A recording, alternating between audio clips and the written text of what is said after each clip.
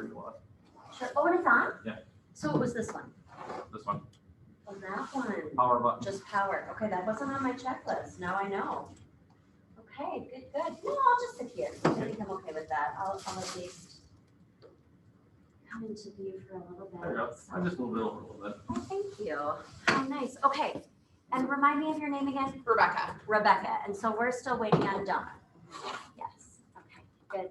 Hi there. Can you guys see me? Yeah, I'll bet you can. Yes, you can. And now I recognize Skulky and Danielle. Were you in Ignite Light yesterday? Maybe not.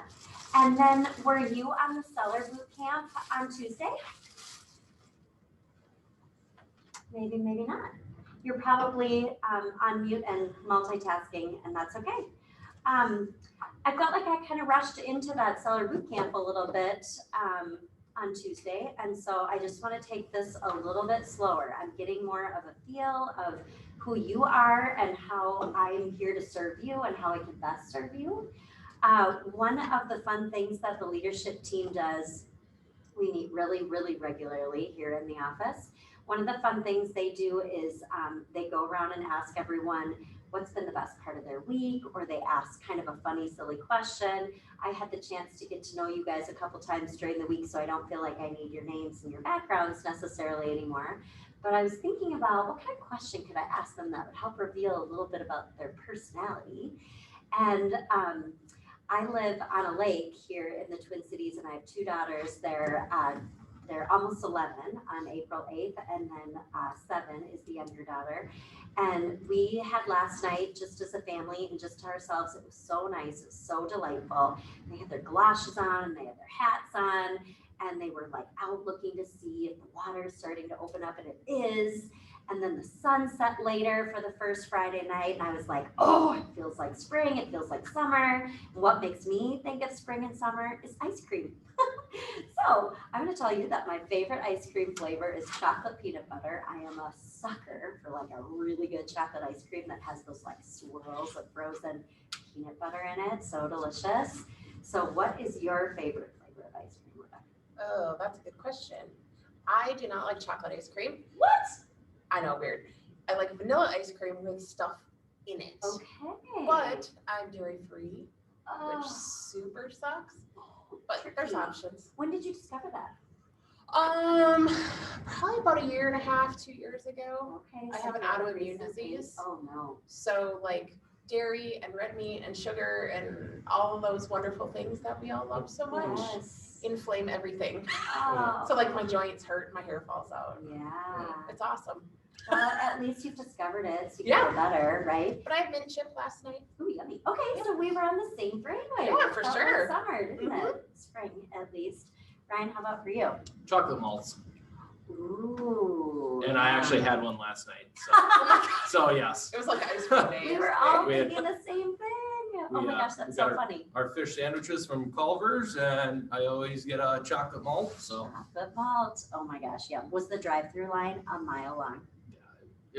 I just planned for it. I knew it was going to be Good bad. So call. you just Good call. I feel like since COVID, a lot of drive-through lines are long, but none is longer than Culver's. Raising Cane's. Oh yeah, but that was long even before. Cane's though is past McDonald's Yes. these days now. And don't you always wonder, like, why don't they Why? just turn off and go to McDonald's? You know, Or like I'm KFC getting that's right patient. next door. Yeah. But for some reason they like Cane's. Totally. It's not bad. I'll say that. That's funny. Okay, remind me of your name one more time. Ashley. Ashley. All This right. I know. So And that was my fake name in college, so that's why I'll remember it now. it's an unpopular opinion, but I do not like ice cream. I'm not there for it. It's just sweet. I'm not a huge sweet fan. But I do like ice cream form sorbet, like a good fresh, like not fake fruit, but like a real fruit sorbet is my thing. Like I love it. Ooh, that sounds really good. Have you ever tried like a green tea sorbet? They'll I serve have that not. sometimes at the end of like an Asian meal. I have not. No. Ooh. So good. Put that on the seek it out list. Yeah. How about you guys on Zoom? Anyone have a favorite ice cream flavor they want to share? Feel inspired? For me, it's anything with peanut butter. Yeah. Danielle, can you hear us? Yeah, I'm mint chocolate chip girl myself. Hey, all right, well, we've got some commonalities here, that's for sure. Well, good. Okay, so I'll step out and let's get to business. Our objective for today is to cover all the forms that are necessary for a buyer. So tell me, have any of you guys filled out a buyer representation agreement yet? I'll be doing my first one tomorrow. You will? Yeah, and I'm scared. Good job, good job, good job, good job. Uh-oh, okay, Ryan, I'm gonna need you because you seem more tech savvy than me. Why am I not connecting on Zoom but not on this? Or should I use a different browser? No, because Chrome is probably the best for some Right, reason. right. We're Let's restart. Okay. Now, one thing that I find about buyer rep agreements as compared to seller agreements is a lot of times when you are meeting with, Sure. You're just going here, right? yeah, I am. A lot of times when you're meeting with a seller to go over this paperwork, you're meeting with them at their house and you're meeting with them face to face, and it gives them the chance to ask a lot more questions that you maybe, that you maybe wouldn't feel as comfortable answering, right? So what you guys covered on Tuesday is a little bit trickier. What you're going to cover today, I think you can feel a lot more confident in because you'll have gone to the house with the buyer. You'll have determined, maybe an hour or two later, like for sure we want to make this offer. Then you get to go to the privacy of your own computer and you get to write it up. You get to call me or call someone else here at KWPR to ask questions if there's something that you kind of stumble on. You can reference this paperwork. So there's less pressure before you then have the documents prepared and then present them to the buyer. So this you're going to find to be a lot easier. Anyone agree with me in that philosophy? If you feel the opposite, you can tell me that too. I'm actually going to go through all the documents in a more conversational tone. There were more documents for the seller, and so I felt like I really needed to rush through those. But for the buyer, there's fewer, and I'm going to talk through them as if you guys are the buyer, and as if we are filling this out. I'm filling this out on my own, or maybe I've already filled it out, and I'm just explaining it to you.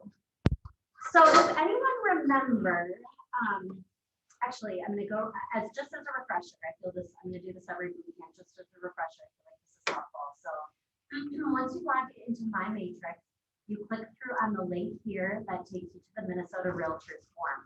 However, if you are indeed preparing a purchase agreement, an easier and a more efficient way of doing so is you can go into a listing. So I told you guys about my Burnsville listing. You could go into a listing and then you'll notice here on it, there is this link here to the Minnesota Realtors forms. And what's nice is it'll start you into the wizard. Has anyone used the wizard yet? Okay. Jessica would like us to use the wizard and templates at a later time, but I just wanted to show you, or at a separate time, but I just wanted to show you as a good reminder, going into this will auto-fill in a lot of the stuff that the purchase agreement and the documents are going to be asking you for. So that's a quick way to do that. I'm going to go back to my dashboard. I'm going to go back down to the Minnesota Realtor forms because Jessica and I have prepared a folder in here for you in this order to try to be quick and as efficient as possible. So does anyone remember from when they took their real estate licensing classes, what the fiduciary responsibilities are that realtors owe to their clients? There's an acronym for it. Does anyone remember that acronym? Yeah, good job, Ashley. It's OLD CAR. So before representing a buyer or seller at first substantive contact, they call it, you're going to want to make sure and go over with them this agency relationship form. The fiduciary responsibilities of a realtor are listed on the second page. So oftentimes when presenting this to a buyer or seller, I'll just go right to the second page and I'll say, I hold my license with the state of Minnesota, much like a cosmetologist holds their license with the state of Minnesota. There's a lot of other professions that do so as well. I renew my license by doing continuing education and paying fees.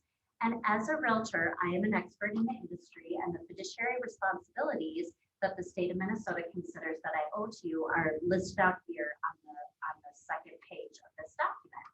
I owe you things like loyalty. I will work only in your best interest. I owe you obedience. I will carry out the instructions that you give me, even if they're crazy. I'd like to make an offer at $100,000 less on this house. I might think that's not a wise thing to do, but it is my fiduciary responsibility to be obedient to you. It is also my responsibility to disclose all material facts that I know.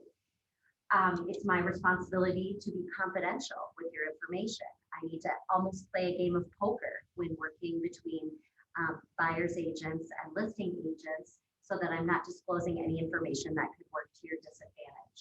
I need to use reasonable care in performing all the duties that I owe you as an agent. And I also need to be responsible with my accounting. So at the point that we're exchanging earnest money, if you give me a check, I need to be very responsible with the accounting.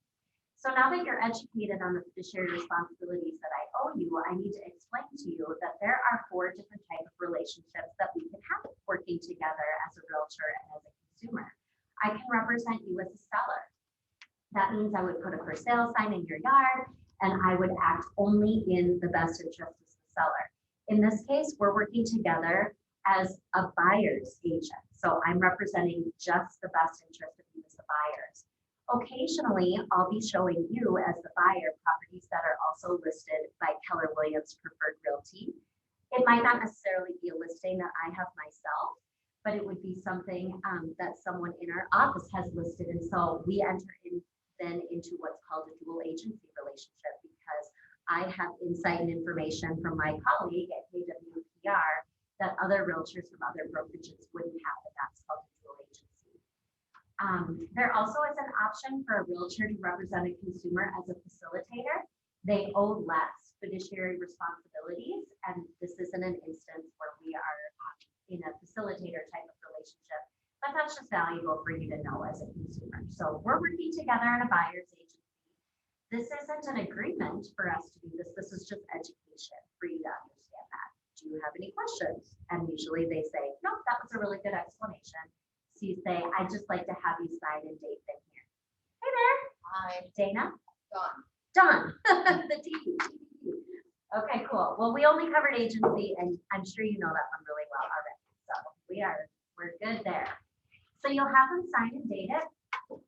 Keller Williams has the auditing files, and in the auditing, I'm finding kind of some interesting stuff. We want to be sure that you have agency signed at first substantive contact with these people, not necessarily just the date that you write the purchase agreement. That's what I see most often. That's okay. Just keep in mind, you want to try to present that agency relationship, and ideally have them sign it sooner rather than later. All right, so just like we were doing on Tuesday, you're going to go up here to the file box, you're going to do save and exit. There wasn't anything that you needed to customize or personalize on this form, so that one's really easy. You never need to spend much time working on that in forms. But this buyer representation has a few more blanks to fill in, so let's get started. When using the templates that Keller Williams provides, the brokerage will already be filled in here for you. So you'll put in the buyer's name. Now, just like with the seller forms that I mentioned earlier in the week, it doesn't need to be their legal name. Do your best here. It's a good point to be able to ask them what their legal names are, but don't put too much pressure on yourself. It's just their names is good. One thing I would really like to see from an auditing perspective is, let's just say you started working with the wife. The husband's always at work. You started working with the wife. You went out and looked at the very first house with her, and she didn't maybe even tell you her husband's name. If you could put both the husband and wife, if you know that people are buying together, that really is necessary here, because he could come back at some point and say, well, I wasn't on that buyer contract and you never explained it to me. You just never know when a conflict's going to arise. So if you know that it's going to be 2 parties buying together, or sometimes there's even, 2 couples that are buying together, or 2 college roommates that are buying an investment property together, or something like that, make sure and put both buyers' names on here. The date that you'll want to put in for the start, and the date on the top ideally would be the same as well. This is less time sensitive than the listing agreement, which means, remember last week I said it has to be listed on the MLS within 2 days of when you sign this. This isn't as important, so the start date doesn't have as much pressure. You can personalize the end date of your buyer's representation contract. I try to put it in there as long as possible. But remember yesterday when we were talking about those 4 different personality types on the DISC assessment? The way that the 4 different personality types clicked in my brain the very best was a presenter who asked a sales room like this. It was a sales training back in probably 2002. He said, how many of you sell the way that you want to be sold to? And it was like first grade when like the kids are literally like holding their arms up. You know, you remember that when you were in elementary school, like me. And he said, well, it looks like everyone in the room sells the way they want to be sold to, and I get it, right? So why do you sell the way you want to be sold to? And everyone had their explanation. You know, I make decisions quick and I want to give people information concisely so that they can make their decision quick.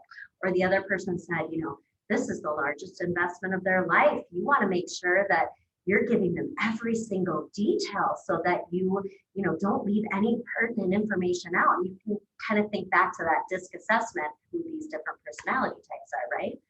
And the presenter said, well, then I'm going to propose to you that if you only sell the way that you want to be sold to, you are easily losing 75% of the customers that you can have otherwise, because 3/4 of the people are going to be tired or annoyed or frustrated with the approach that you're taking with them. So I'm going to suggest to you that instead you become a chameleon.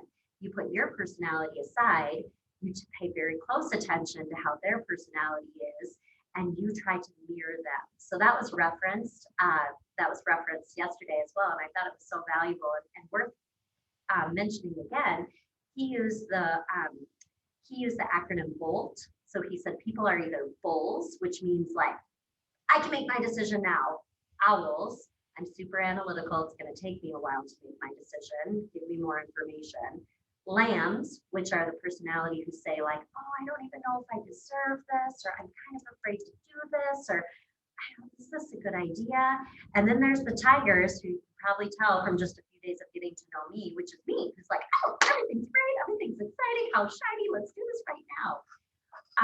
So the bolt is another way of thinking of the DISC, but I bring it up now in terms of when the end of your buyer's representation contract would be. A tiger isn't going to care what date you put in there. So just make it easy on yourself from paperwork perspective and put it like a year out, which is what they recommend is the longest length of time. An owl is maybe going to say, well, but if I don't get this house, I don't find anything else I like, and then I decide to move to northern Minnesota, like, what if it doesn't make sense to work with you in a year? And then you're going to kind of lose your words like, oh, you're right. I'm sorry. I didn't mean to offend you. I want to work with you. So you have the discretion of what date that you're going to put in here. But before you pick a date, think really hard about the personality type of the buyer that you're representing, okay? Likewise, I thought this was a good time to talk about it because if you're working with a tiger, you're not going to need to talk through every single one of these paragraphs. If you're working with an owl or a lamb, you probably do. They probably need to feel educated. They need to feel comfortable. They need to feel like you're going the extra mile to explain what all of this means. So just like on Tuesday, I'm not going to go through all of these. I'm going to just hit on a few that are in bold or that are important. And I really am just going to go through it in the way that I would script this with most of the buyers that I represent. So I would have, because we've pre-filled out all these forms and we've sent them over for electronic signatures, or we've brought them with us at the time that we met up and agreed to go through the paperwork for their offer, for a buyer consult. I've told them that they are working with Keller Williams Preferred Realty, where I am a realtor and where I hold my license, that this contract for representation starts today and ends 1 year from now. It just goes on to explain how we work together and what our obligations are to one another. So I have obligations to you to make reasonable efforts and to work in your best interest at all times. And you have an obligation with me to work exclusively with me and to keep me informed if you're visiting open houses or if you're stopping into a builder's model and find something that's interesting to you. I do get paid as a realtor. I get paid by my brokerage, and it is actually the brokerage who represents the seller who generates the commission, and then they pay it to Keller Williams Preferred after closing. And then after closing, they pay me. Now, they don't pay me this full amount that's written in here. I have some sort of separate agreement with the brokerage or with the team that I work on. But it is something that's important for you guys to note, that in entering into a buyer's agency relationship to work together, that you understand, though the commission shall be paid by a cooperating broker, you ultimately, by entering into this agreement, are obligated and understand that commission is paid to me. There's also what we call in the industry a broker administrative fee. At our office, it's $399, and that's additional commission that's paid as a part of your closing costs. This is not paid by your closing costs, but this is. Remember, this is paid for by the seller. This then goes on to clarify some things that are going to be helpful at closing. They're going to be helpful perhaps even in accounting when you let your accountant know next year that you bought a house. So I'm just clarifying that you're not working with me to buy a farm, you're working with me to buy a personal home or an investment. I'm seeing some of the Keller Williams realtors here click every single one of these boxes. It's probably a good idea to do that because it just covers all your bases if they go crazy and say like, oh yeah, I do want to be an urban farmer. Let's buy that, 10-acre farm in Henderson. But if you're working with an owl or a lamb, you might just want to check the residential personal box just to make them feel like you're not scamming them into agreeing to pay commission for other things. As we did with the listing contract, I highly recommend that you go into these appointments not checking either one of these on line 66 and 67, and then letting them decide, and then have them initial it. This would be whether the buyer would like you to coordinate the closing for them, or if they wish to coordinate it themselves.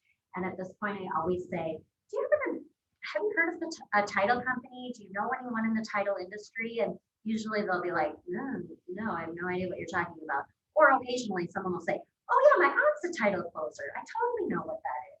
Then I would say to them, well, if it's important to you to keep that in your family, or if you really have a trusting relationship with your neighbor who's a title closer, we can have her do the closing. And if not, I would like to suggest that you close with the title company that I close with regularly.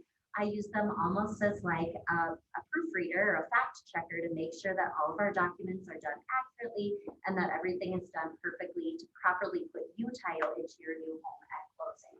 Oh yeah, that seems like that would be way easier. Why don't you just go ahead and do that for me? So then you put a checkbox there and have them initial. I do scan over these types of things. I do say to them, as we just talked about in the agency relationships form, there is a possibility that I'm going to show you a home that's listed by Keller Williams Preferred Realty. It's not this house that you want to make an offer on, but it's going to be a lot easier for you if you do agree to allow us to represent both the buyer and the seller in any future offers that you might make. Now, again, those owls and maybe even those bulls might say, no, I don't know. I don't know that I want that seller knowing any confidential information about me, that there might be any crossover. And if so, you can just honor that, say not a problem, then we'll go ahead and say that the buyer will not agree to the agency. Do you guys have any questions about that part? So then you basically just don't show the Keller houses. You will continue to show them the option of viewing a Keller house, and it's not all Kellers, fortunately. It's just this market center here, just Keller Williams Preferred in Burnsville. So you'll continue to allow them to see them on the auto emails that come through showing them new properties. But then before you go into that house, you need to make sure, or schedule a showing at that house, you need to make sure that they understand. Now, this is indeed listed by Keller Williams Preferred. It's not listed by me, it's listed by Ryan. I haven't talked with him about it. Would you be okay now with that relationship? It seems like you really, really like this house. And then they would say, oh yeah, I totally want to see that house. And now I get what you meant. Question. So if they select that they don't want the can't even show them one of our market centers houses, correct? By technicality, that is correct. Yeah. Now, what I would do, because they probably really want to see it, and this is so rare that anyone would say no, so we're kind of talking about something theoretically that's very unlikely. But what I would do is I would bring that form along and I would say, gosh, I don't know if you remember this, but we're kind of adamantly against dual agency when we first went over the paperwork. You really like this house. I do really want to show it to you. Let's just change it and initial it. So then you would just cross it off. You would make sure and have the buyer initial it. Okay. So would you bring a whole new form, or you would have a copy of the already signed form? And I you just would- bring a copy of the already signed form. Yeah, that seems a little less of a big deal, Right. you know, for Yeah, someone who may have that's- already had. Yeah, a we just concern. cross it out, and you're just gonna initial next to it. And put a little date there. And Yeah. We're all good. And then your total owls, your super analytics may say, but I just want it to be for this house. Okay, that's fine. Then maybe you bring a whole new form. You know. Okay. Yeah. Again, I really don't go over a lot of these things unless I'm working with a super analytical person. But I do try to point out that this contract for representation can indeed be canceled. It just needs to be canceled by both parties. So you and I both need to mutually agree that we decided to end our agency relationship. I'm an understanding, compassionate person, so please be open with me. If you bring this up that you would like to end it, I will certainly hear you out. And then there would just be one simple form that we sign to cancel it. Other things, and these don't go together real smoothly, so you kind of have to get good at like not rambling on or trying to make connections between concepts. You just need to move from one thing to another because this one's really weird and it's here in the middle of it. But as realtors, we are not allowed to discriminate against anyone. We're not allowed to discriminate against anyone for anything. And there are some people who live in our communities who have who are registered sex offenders, who knows what their situation is. It's really not our business to know, but the primary thing you need to know about me is I cannot tell you if there's a registered sex offender who lives in the community. So you need to do that research on your own. A lot of the forms that I'm seeing as I'm auditing them have this actually circled. So it says, if you really fall in love with a house and you're going to make an offer on it, but it is a primary concern of you, if there's a registered sex offender who lives right within the neighborhood, it's your responsibility. I can't initiate it. It's your responsibility to go to this corrections at the state of Minnesota website, and you can go ahead and look up individual addresses there to address your concern. Again, you kind of want to ramble on about it, but then the next thing it says is, this does not become an executed agreement until both buyer and seller have signed it. Oh, I'm sorry, both the realtor and the buyer have signed it. It's like so weird. Some of these things I just feel like don't flow well, but you have to get okay with that. It's also valuable to say here that you and I are getting together face to face and we're going through all this paperwork now.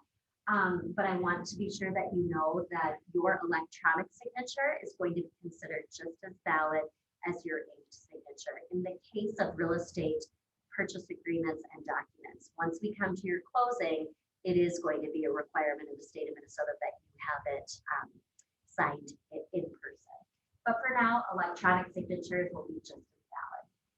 Like with the listing contract, I do suggest that you fill all this out as complete as you can. Most of them that I see just have the buyer's name and maybe the email address or something, that we'd like to have you have that filled out as thoroughly as possible. Any questions on the buyer? This is something you are very likely going to have filled out ahead of time. And if not completely filled out ahead of time, mostly filled out, and you'll just fill in some of these blanks. As you guys know, KWPR has a few things that they have added that I hope maybe between Tuesday and today, you actually did that homework and you went through and you read them. These are really, really, really valuable points that are they're current in today's seller's market. They're really, really valuable. And at a later time, I'd be happy to go through every single paragraph with you. But for today, you're just going to have them initial and sign it at those two signing blocks. And then again, whoops. And then again, they have that affiliated business where this Keller Williams as a reminder, Keller Williams Preferred is owned by a group of investors.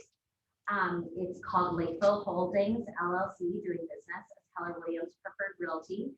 Some of the owners of Keller Williams Preferred Realty may have some ownership in Minnesota Title, New American Funding, and Keller Mortgage. You are not required to use any of those.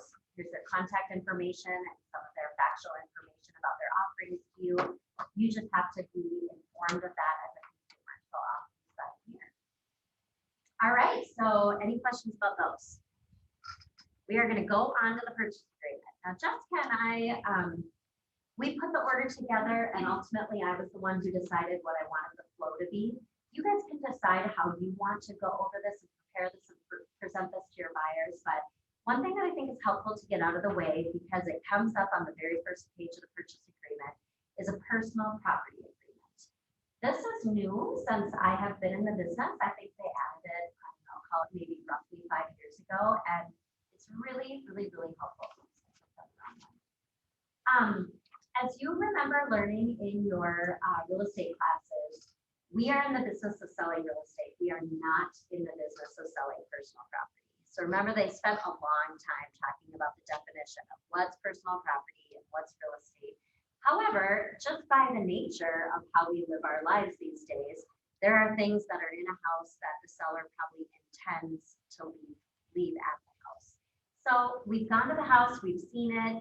You definitely want the washer and dryer. You've fallen in love with the curtains. And oh, by the way, you really like those shelves that fit so nicely with the decor down in the basement. So I like to ask my client right away because it gets them thinking about like, oh yeah, okay, let's get super specific. You're addressing this right now so there isn't any disappointment at closing, or so that there isn't any frustration during the times of negotiation once you've made your offer on what's included or what's not. So I recommend that they literally make a laundry list of personal property items that they saw and that they expect to be included with the house, whether it's the garden shed in the back, the shelves in the garage, the metal shelves downstairs in the mechanical room. I think that you're better off putting a lot of information on here than saying after the fact, oh gosh, were those shelves in the mechanical room included? And then people can get kind of disgruntled. So ask your client, it's almost like an expectation setting exercise of asking your client, what did you see there that you expect is going to be left when you move? And let's list it out here. It used to be that you just had to write it all on this itsy bitsy teeny weeny little line here on the purchase agreement, but now we've given ourselves more room. And it makes it clear here that this is personal property. It has nothing to do with the real estate, that it's being sold for $1. No one ever exchanges $1 at closing. I suppose they should to make it a valid agreement. Any questions on there? All right, so that's out of the way. So then we can just breeze past that on the purchase agreement, which is nice. You already have their names because you've talked about that at the buyer representation agreement. So you write the buyer's names up here. You write the date that you're making the offer. You'll write in the amount of earnest money that you're providing, which usually correlates with the personal price, with the property purchase price, property price. So I find myself predating it, pre-writing in the buyer's names and skipping over earnest money and going down here and saying, you guys are today making an offer on this home with this address, in this city, in this county. The zip code is this, and as the listing said, it is legally described as this. The property shall include all these fixtures, things that you saw there, like the bulbs for the tulips that are going to be popping up soon, the storm door that we walked through when we came into the house, the curtain and drapery rods, not necessarily the draperies or curtains. You want to get pretty specific about that. All the towel bars, the sump pump, any of the wall and ceiling mounted speakers, going on to talking about the mirrors, the garage door openers, and the remotes and things like that. Read through that if you need rehearsing on what's included and what's not included, because these things are not included because they can actually unplug them and take them out. So this is where the personal property comes into play and where it's very helpful. Rather than writing it on here, you're just going to say all these things are included as well as the personal property that we just talked about. Now I know you said that you really didn't like that insulated wood shelf in the garage. So this is where I can tell the seller that we'd like them to tear that down and take it away with them at closing so you don't have to deal with it. So you write anything that's included in here. Now, as we've looked at our comparative market analysis and as we've looked at the neighborhood, I think we've all agreed that a fair offer price on this is XYZ. And this is something that you guys have been talking about with your buyer, I'm sure, all along. Before you went to the house, when you were at the house, after you left the house. One pro tip that I would say, never, ever, ever talk about the price of the house in the house if at all possible. They're probably going to be bringing it up because they're not thinking about it, but you as the professional should wait to talk about it until you get out into the driveway. There are so many nanny cams, baby monitoring cams, iNest. There's a high probability that the seller is watching you as you're walking through that house and possibly even listening to you. So in your best interest of representing the buyer, you don't want anything to come out that could work to your disadvantage in negotiating. Even things like, you know, the wife breaks into tears when she sees the nursery and says, I've been praying for a baby, like this would be perfect for my baby. Just try to, maybe even ahead of time, let them know, like, we're entering into a game of poker right now, keep a poker face. But you talk about a purchase price, you put it down here. You talk with them about their financing, so you know they haven't saved much. They're a first-time home buyer, so you're going to be putting in here that they're putting down, say it's perhaps 3.5%, or maybe they're a really strong buyer. They're a not buyer, as we learned in the team meeting. They have a lot of equity in their current home, and they're putting down 20% or 50%. If they are a cash buyer, you would write it 100% financing, 100% cash, and 0% mortgage financing, and then you can skip even a few pages down here, which is kind of nice, but that's rare and less likely. So before I go on to page 2, then I'll have said, okay, so you're offering $350,000 for this house. You're putting 10% down. It is industry standard for a buyer to show a seller a level of interest in the home that they put into a trust account at the company that has this, at the real estate company that has this house listed, something called earnest money. Earnest money is a small portion of your down payment. It is something that you have to have prepared now in your savings, and it's something that will get deposited upon execution of this agreement. So only if you get this house, it doesn't get deposited at the time you make the offer.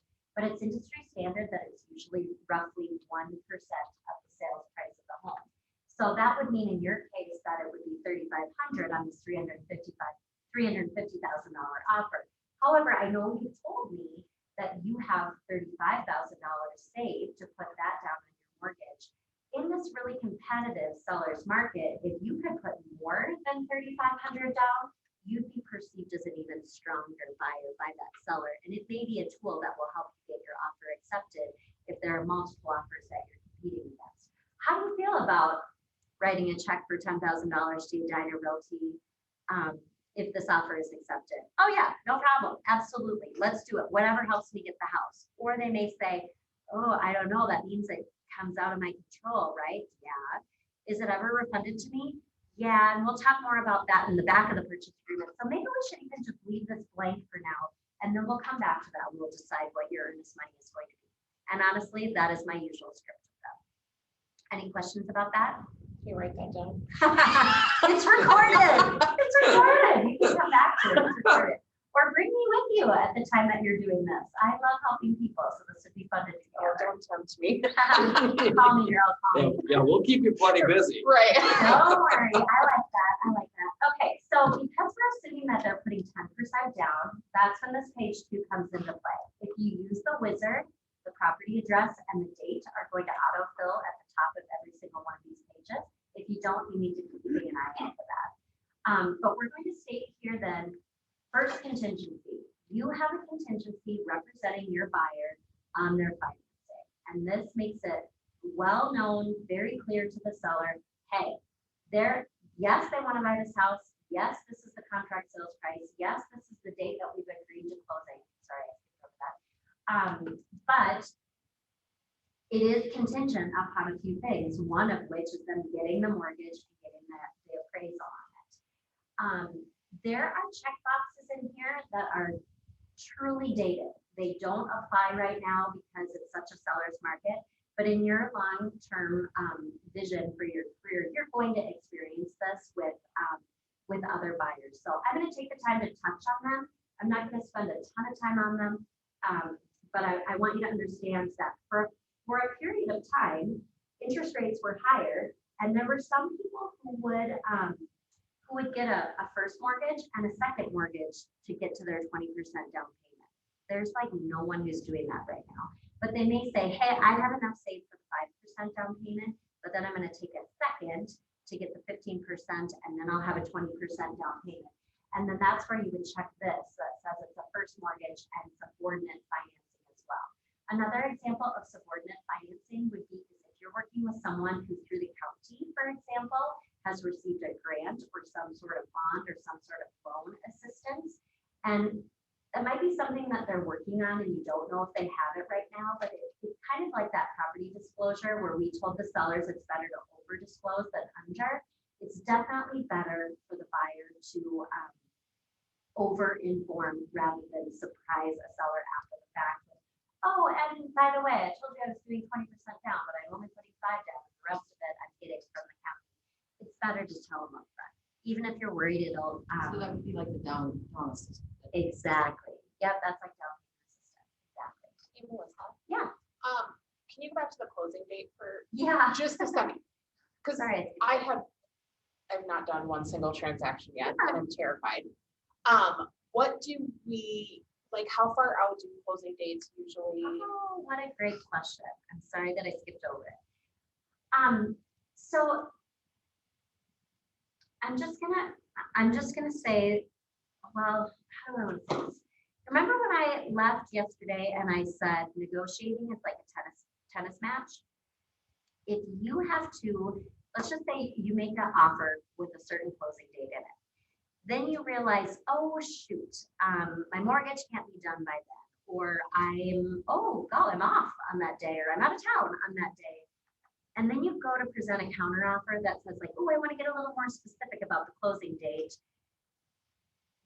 You lose control, and the seller could say at that point like, oh, no, funny thing, that closing date doesn't work for me. So as a matter of fact, I'm just going to rescind my counteroffer right now, and I'm not going to sell it to you. So the closing date is pretty important. You do want to be pretty specific about it. It takes a mortgage company roughly 45 days to perform the loan. Some of them can do them in roughly 30 days, but you're going to want to have a closing date that's a little bit further out than too quick, because I feel like it creates an opportunity for there to be disappointment and frustration by all. So I think it would be a good idea to set your closing date out 2 months from when you write the offer.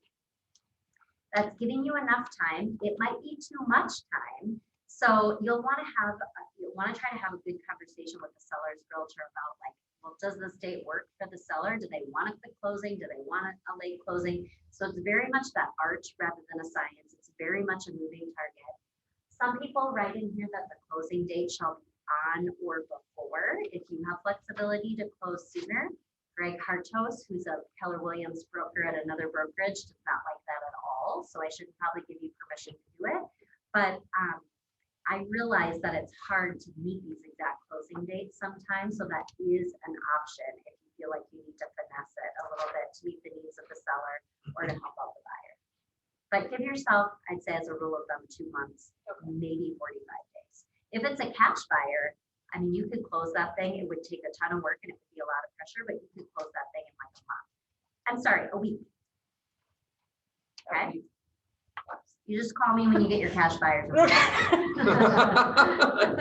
I'll be like, and bring me some more. How did you meet this person? All right. So then when you get into these sections, you're going to be like, oh, okay, this is a little tricky. So this person, because they're putting down 10%, is likely doing a conventional mortgage. If they're a veteran, you'll want to talk with them about their veteran eligibility, and you would note in here that they're a VA buyer. If they're a first-time home buyer, they can utilize the FHA. You can can utilize the FHA mortgage type. I feel like those are a little bit less common now as well, and there's some intricacies that I'll describe further down in the purchase agreement. And if they're outside of a certain range in the metro area, so a lot of them that I'm seeing like down in the southwest, south of Belle Plaine, down in Le Sueur, down in the Mankato area, out in Red Wing and Rochester, there's a special program for rural development where they're encouraging home ownership in the rural areas where they can get 100% financing and not have to put any money down. So if you are, as you're doing lead generation, if you're coming upon people who say like, oh, I'm just having such a hard time saving for this, you can look at that map and try to identify some areas that might work for them for their work commute, where you can say, hey, I can help you buy a house with 0 down. Now it's not going to be in Richfield, but if you don't mind driving to, I think some of the closest areas are even some parts of Lonsdale, just not that far. Yeah, Montgomery. yeah, I'm exactly. from New Craig, so Yeah. we do a lot of RV. Yeah, exactly. Yeah, exactly. So then you're going to go down here and this right here, line 65 through 69, maybe put a little circle around it and asterisk. This section in here is genuinely to protect your buyer. And what's your agency representation in this case? You are representing the best interest of your buyer. Now, it may not be seen as desirable to the seller, so they may counter back on it, but you want to protect them. As interest rates are creeping up a little bit right now, you want to protect them and say that they're applying for a 30-year mortgage, which is most likely, you put in here if it's a 15-year mortgage, because you want the seller to know that because it makes your buyer look more attractive, stronger. But that's most likely going to be 30 in there. And then you want to protect them and say, hey, if interest rates go above 4%, they can't afford the monthly payment anymore. So you're going to put in a maximum interest rate that you know is comfortable to them. Now, maybe they'll have no problem financing, and so you could go even higher, say 5%. But it is not advised that you write market rate because that benefits the seller. Who do you represent in this case? You represent the buyer. Again, this gets to be a little bit tricky here, but you're going to check either line 72 or 78. But if they're doing financing, one or the other absolutely has to be checked. To represent a buyer in the buyer's best interest, you're going to check line 72, and you're going to check that it is refunded to the buyer. So just put check marks in there that this is going to be the best possible case for your buyer. Basically what this says is they have up until the date of closing to figure out their financing for the mortgage company to work on it. If something comes up the week before closing and, oh shoot, they don't really qualify for that mortgage, then they get to cancel it and they get all their earnest money back. However, in a seller's market, sellers are not really going to like that. They're going to know it's most realistic, but what they're going to want to see is that your buyer is going to work as diligently as possible. They're going to provide every one of those annoying documents that the mortgage company is going to ask for, and they're going to get their mortgage. They're going to pay for their appraisal up front. They're going to get their mortgage all ready, buttoned up, and the loan officer is going to provide what's called a written statement. So if you know this is competitive, there's a lot of offers, and you need to make sure that your buyer's offer gets accepted, you'll likely elect to check box 78, and you're going to say to the seller, hey, I know I gave you that 2 months out closing date, but within 40 days, I'm going to pick a date here that they are going to have a mortgage commitment letter ready to you. Now, I'll be honest with you, not a lot of individual solo realtors are good about remembering the date and checking on it. A lot of busy loan officers aren't even good about remembering that date. But if you're making on a house, like if you're making an offer on a house that the Bootcamp group has listed, they have someone on their team who's literally got a calendar reminder to make sure that you provided this. If you don't provide it, you're out of contract, and essentially there is no contract. So if you're going to put this in there, be super organized and remind yourself and remind the mortgage company in the weeks ahead of time, hey, we've got this date. And if you can't meet that date, if your mortgage company says I can't meet that date, then you're going to do a contract amendment, which we'll get to next. You'll do a contract amendment that just says we are extending the written statement deadline to change the date on it, and that'll supersede this purchase agreement. Any questions on that part? Almost all the time, I really can't think of an instance you wouldn't. You're going to check line 117 as opposed to 15.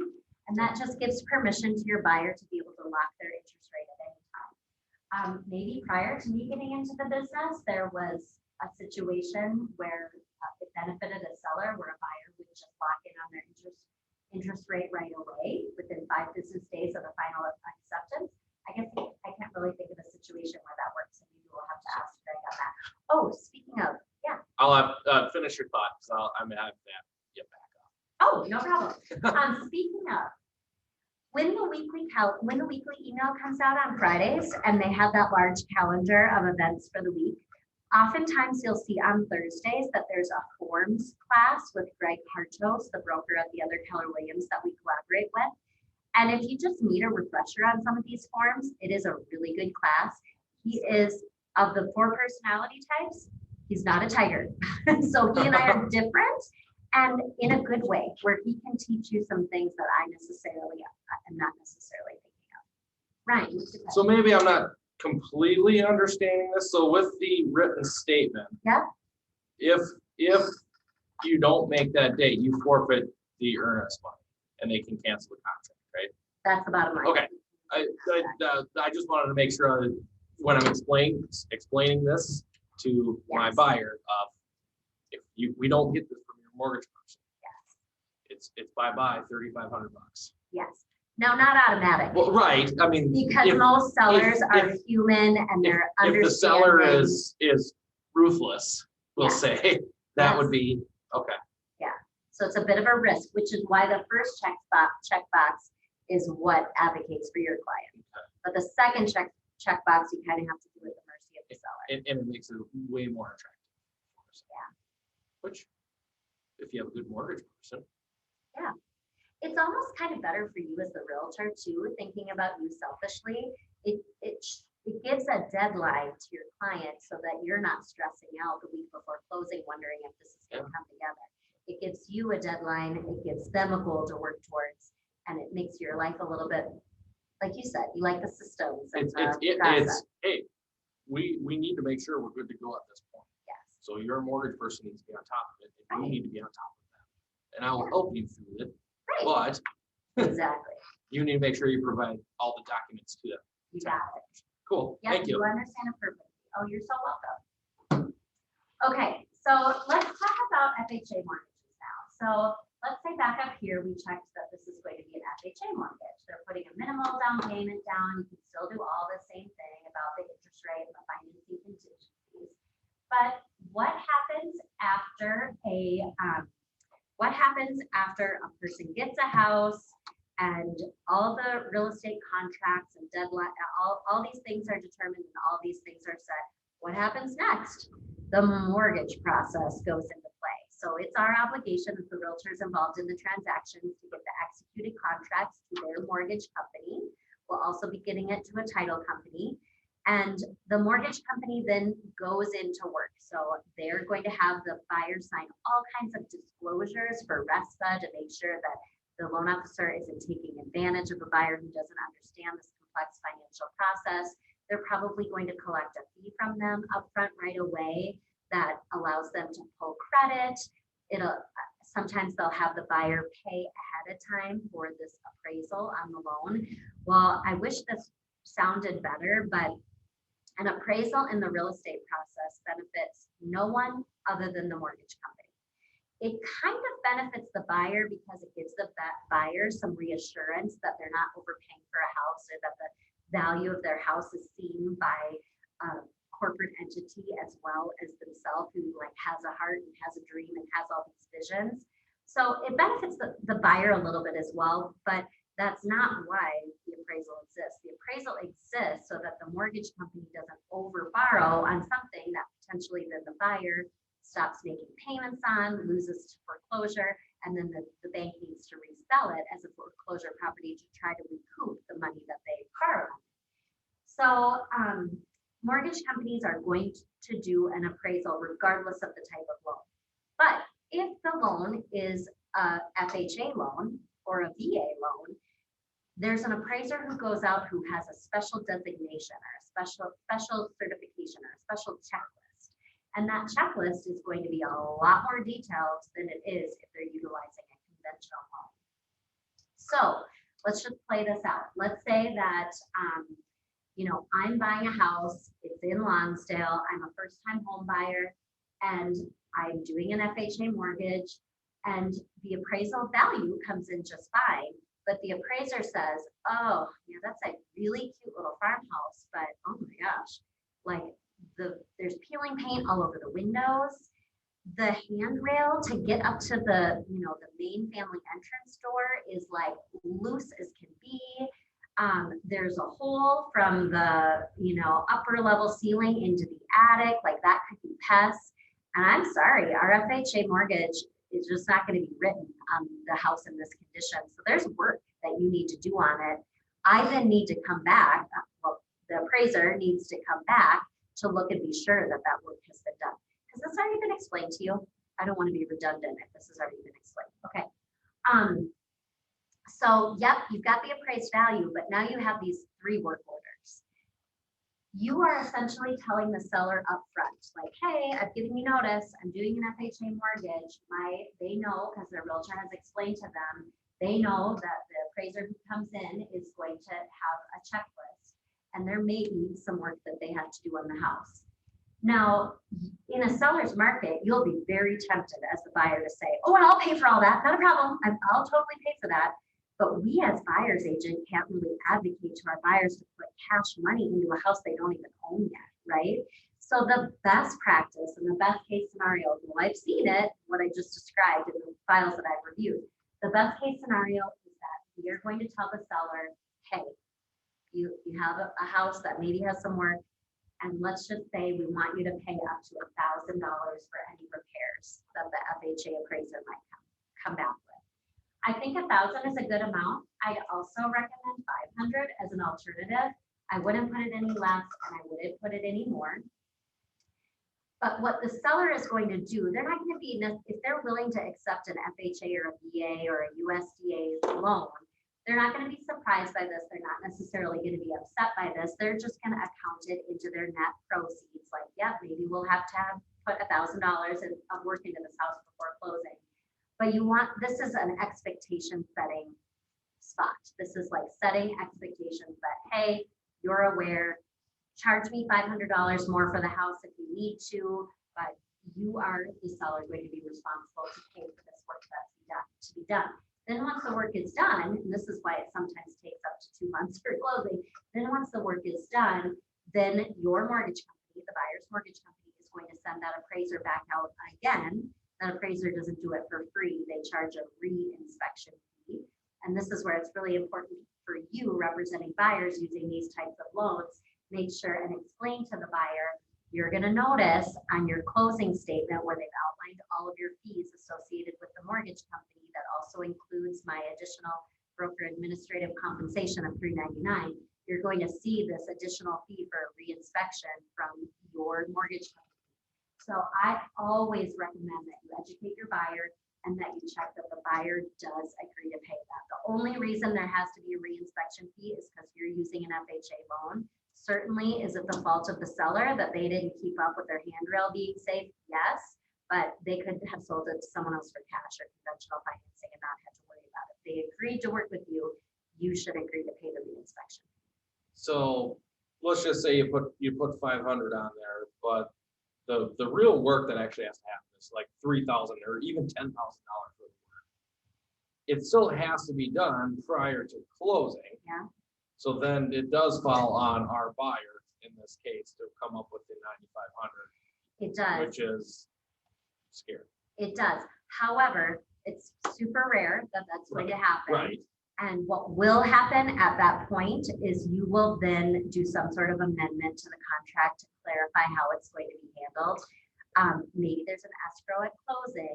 Maybe there's a variety of ways that it could be handled. So yeah, I mean, if I'll call you if it ever happens. Because yeah, like I said, where there's a lot of hypotheticals, but yeah, if I'm sitting down with someone and they ask me that, yes, I want to make sure that you understand. So you're going to be filling this out specific to the property that you're making the offer on. So if this is a total fixer-upper, you might want to say, hey, hello, selling realtor. we are very fearful that our appraiser is going to come back with a laundry list of things. So rather than offering you $350, we offered you $355. We want to bring to your attention that I put there might be $5,000 worth of repairs in the house that they need to front the money for. Just informing and educating will go a long way. Okay, Cool. thank you. Yeah, Hey, can I ask a question? of course. So obviously that's FHA specific. So if they were doing a conventional one, do you just put like 0? Or how do you? Yeah, that's a really good question. I'm seeing both in my file reviews. It's probably better to disclose ahead of time. I mean, it's very rare for a conventional appraiser to bring up these types of things. That's not to say it's impossible. So it might be better to bring it up if you are going to include it, especially if you see some things. Like Sure. you're showing this 1910 built house in Minneapolis and it's got peeling paint on the windows. It's got, you know, soffit and fascia that's kind of falling down and crumbling. You may want to have that conversation or at least write it in your cover letter to the seller's realtor. Hey, I made the offer for $352 rather than $350 because I am a little worried about some of these things being called on the appraisal. We are using conventional financing, but you and I both agree. I mean, that soffit fascia is about to fall down, you know? So it's really just about communication. It's Okay. not only for FHA and VA, it's just mostly like. Okay. So this is specific to FHA. Now, an FHA appraisal is kind of the only one that actually is intended to help the buyer in addition to the mortgage company.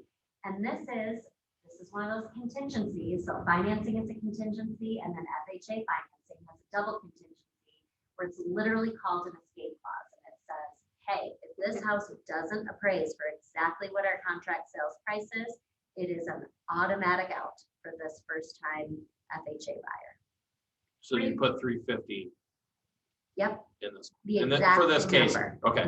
Yep, the exact same number. All right, I'm not gonna spend a lot of time on this because I feel like you just don't see it very often.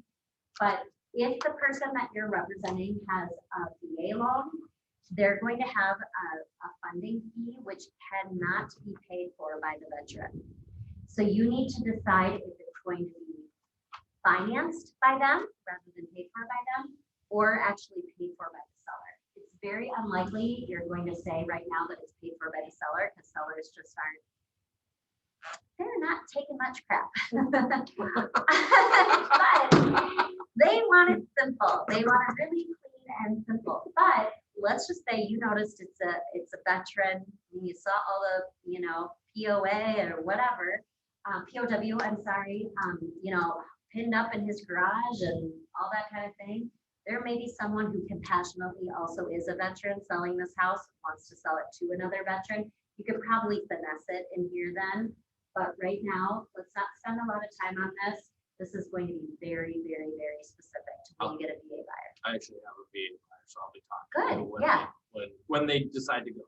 Good, perfect. Talk with me, and because I even do it so seldomly, I think the better person to really hash it out with is their mortgage company.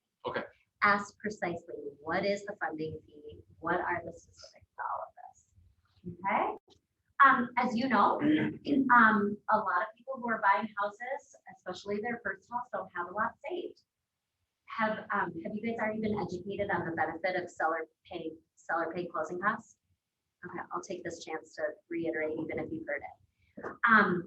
So I don't know the history of when this became incorporated in real estate transactions. It's been this way ever since I've been in real estate, and it is a huge gift to a buyer. So you're buying your first house, you've saved enough for the down payment, but dang, you are worried, like, what if that washing machine goes out? Or what if XYZ goes out? Or I want to make these improvements, or it's been brought to my attention at my inspection that I really need to do some re-landscaping outside. It's seldom that people have a ton of extra money saved up for extra things. So there is a gift to them where they can roll in their closing costs to their home price. So going back to that $350,000 house that they're buying, closing costs tend to be roughly 3% of the sales price. All right, so what is that? 10,500 then would be this person's closing costs on top of their down payment. Now that's a lot of money, a ton of money actually. So you can say to the seller, hey, we do want you to pay our buyer's closing costs of $10,500, or most often you write in there the percent, 3%. But we've taken that into account in our $350,000 offer. We were previously planning to offer $340,000, but we need to have our closing costs paid, so we bumped it up to $350,000. So you'll have the same net profit, Mr. and Mrs. Seller, but we want a portion of that sales price to be directed right to our closing costs, so we don't have to bring them to closing.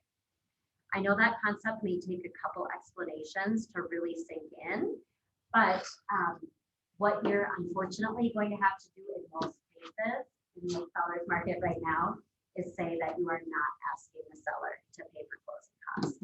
If you can really, really, really kind of wine and dine them to agree to it, it is better for your buyer, except in the fact that they're now paying interest. Let's talk about David Ramsey, right? They're now paying interest on something that doesn't go to benefit their house. They're just all the fees that they pay to the mortgage company and the county and whatnot.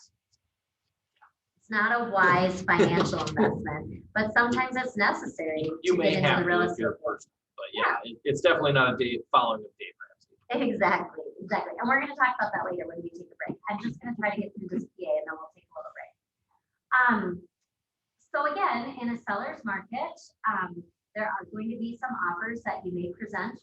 Well, that's all the financing. All right, so we just capped on financing. You'll see that if things don't apply, you can literally just leave them blank. You would leave, check marks off and you would leave them blank. You don't have to write not applicable in them. So you just jump from one section to the other. So if they're buying cash and you don't need to address that financing section, then that's all we did. Home inspections. Home inspections are a benefit to both the buyer and the seller, believe it or not. A seller wants to know that a buyer has done their due diligence, that they've looked very thoroughly at the home and that they know exactly what they're buying and therefore what their future expenses or work that they might have to do on their own once they move in. But it is very natural and very tempting for a seller to want to accept an offer not contingent upon home inspection. And those are most of the offers right now. You have to do a really good and a really thorough job of explaining to your buyer. And I would say on the first offer that you make them make it contingent on inspection. If they don't get the house, you can talk in the future about removing that contingency for them. But you need to make sure and help educate them and explain to them how important a home inspection is. They have to pay an inspector out of pocket. It's roughly $600. So they have to have money saved up for that as well. But as a benefit to that, they get like roughly a 4-hour window where a person who looks at 2 or 3 or sometimes 4 houses a day goes in, follows a checklist, looks very thoroughly, opens up the front of the furnace, sees the height of the flame, looks at all the plumbing. Now, not necessarily anything that's behind the walls, just things that are easily visible. And that's where we say that it is not intrusive. So line 79, you'll say that the seller does not agree to allow the buyer to perform any intrusive testing. That would be like, you would only check yes if they agreed to cut out some sheetrock and allow them to look at, pipes behind this one suspicious wall, for example. So anyway, you pay the inspector then in return emails you a super thorough report. If you haven't seen a home inspection before, ask Jessica for one. It has pictures, it has details, it's super duper thorough, and it is truly a gift to that buyer who's buying the house, because as things change in the condition of the house as time goes on, they can look back on the pictures and they can look back on the report. And I have people who use it a lot, who moved into new homes. So what you're going to advise is that your buyer elects to do an inspection and that this purchase agreement is contingent upon the property inspection. You could say in a seller's market as sort of a midpoint compromise, you could say that they elect to do an inspection, but the purchase agreement is not contingent upon the findings of the inspection. That wouldn't be in the best interest of your buyer, but it's something that you could do. You also this trips up a lot of people because it takes this very thorough section and it like runs it down here just a couple lines below, but you have to remember to fill that out. you've told the seller within how many calendar days, not working days, how many calendar days they're going to conduct the inspection. I recommend 7 days, maybe as high as 10 days, maybe as high as 2 weeks if you're buying a house that has a well or a septic system. But anything less, it's just hard to get inspectors scheduled within that time frame. So I'd say maybe just for yourself, do like, you could write either 5 days or 10 days. Let's get at those two as a suggestion. Hey, Melissa. So the buyer finds the inspector, right? Correct. Okay. And And you they can- kind of do that part. They are supposed to do that all Okay. on their own. I have found, like the convenience of helping them arrange for the title company, I have found that I also very conveniently help them arrange for the inspection, but you're really not supposed to because it's supposed to be something they like. Couple Yeah. different ones to choose from. Yeah, and to call and do scheduling. Yeah. Any other questions about inspections? It might be good for you guys even as a little homework assignment to go with a property inspection.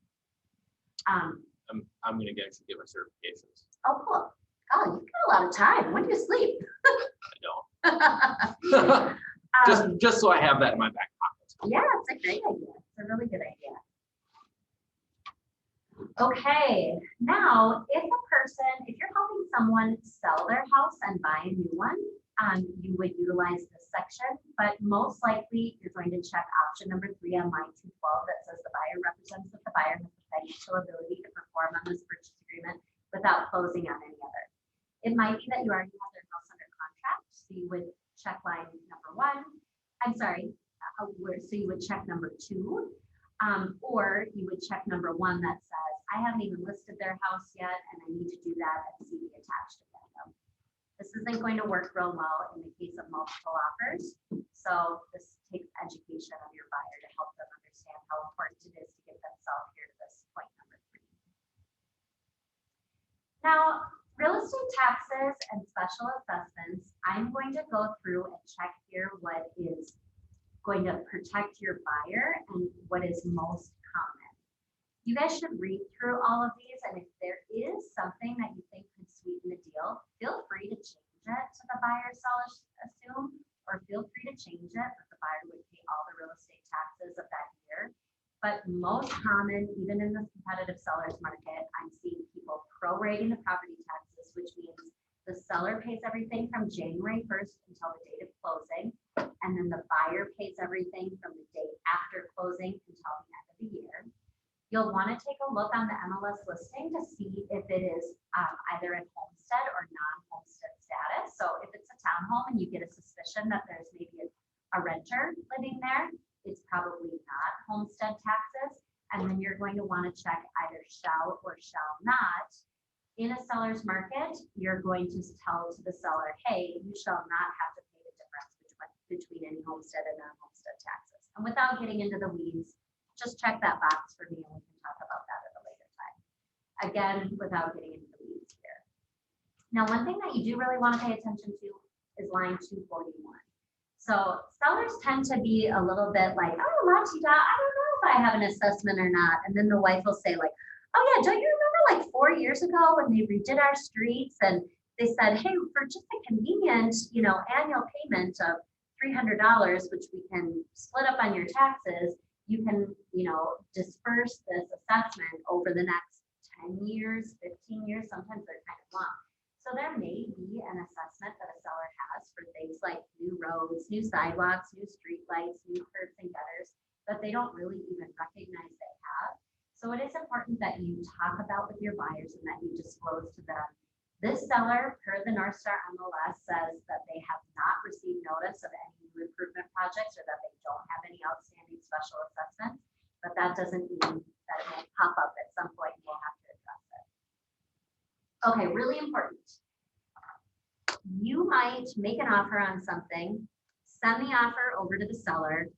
It's signed by the buyer, it's not signed by the seller. It's a multiple offer situation with a deadline of someday at 6 p.m. You've got your offer in already because it's Saturday at 11:30. And then your buyer comes to you and says, oh, can we also go look at this other house because I just want to see it for a backup. And then maybe they like that one even more. They may say like, oh, no, I really, really, really want to make an offer on this one. You have to remember, if I send out multiple purchase agreements on behalf of this buyer and the sellers unexpectedly sign both of them, your buyer has to buy 2 houses and you can't do that. I mean, most buyers can't do that. So this is where this article comes into play by 252. You would have to, as you're drafting up the second purchase agreement, you would have to say, hey, I know there's also a deadline of Sunday at 6 p.m. I'm rushing to get this in. I haven't been able to get the details out of the other seller that I need. So this purchase agreement is contingent upon the cancellation of the purchase agreement that I wrote yesterday, which I guarantee to you I will have no later than Sunday at 6 p.m., for example. You're going to be making up these dates as you go based on the situation. But you have to disclose, hey, I've got another live purchase agreement out there. I haven't been able to talk with that seller. I've written to that seller and said, we would like to rescind our offer, but they haven't responded to me yet. You need to cross all your T's. In a normal market, though, this is not really, I mean, this is more specific to the world we live in today. Exactly. Yep, exactly. Okay, title. Most, just check here on line 259, check 1G, because most of the houses that you sell, especially right now, are going to provide to you a traditional deed to the property, which is called a warranty deed. However, sometimes the contract for deed is less likely. That's a special type of financing. I should put that on my list. Oh, I did, of things to talk about.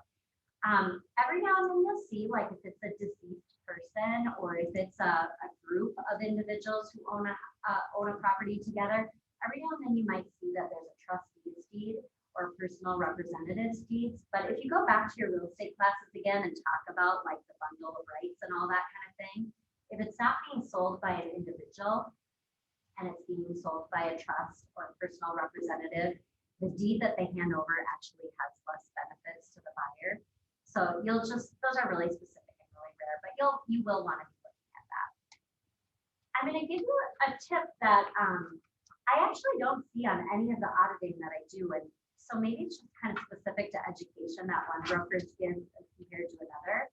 But let's say your person is living in an apartment, your buyer's living in an apartment, and they want to close on this house on June 1st, but really they know their lease goes until June 15th.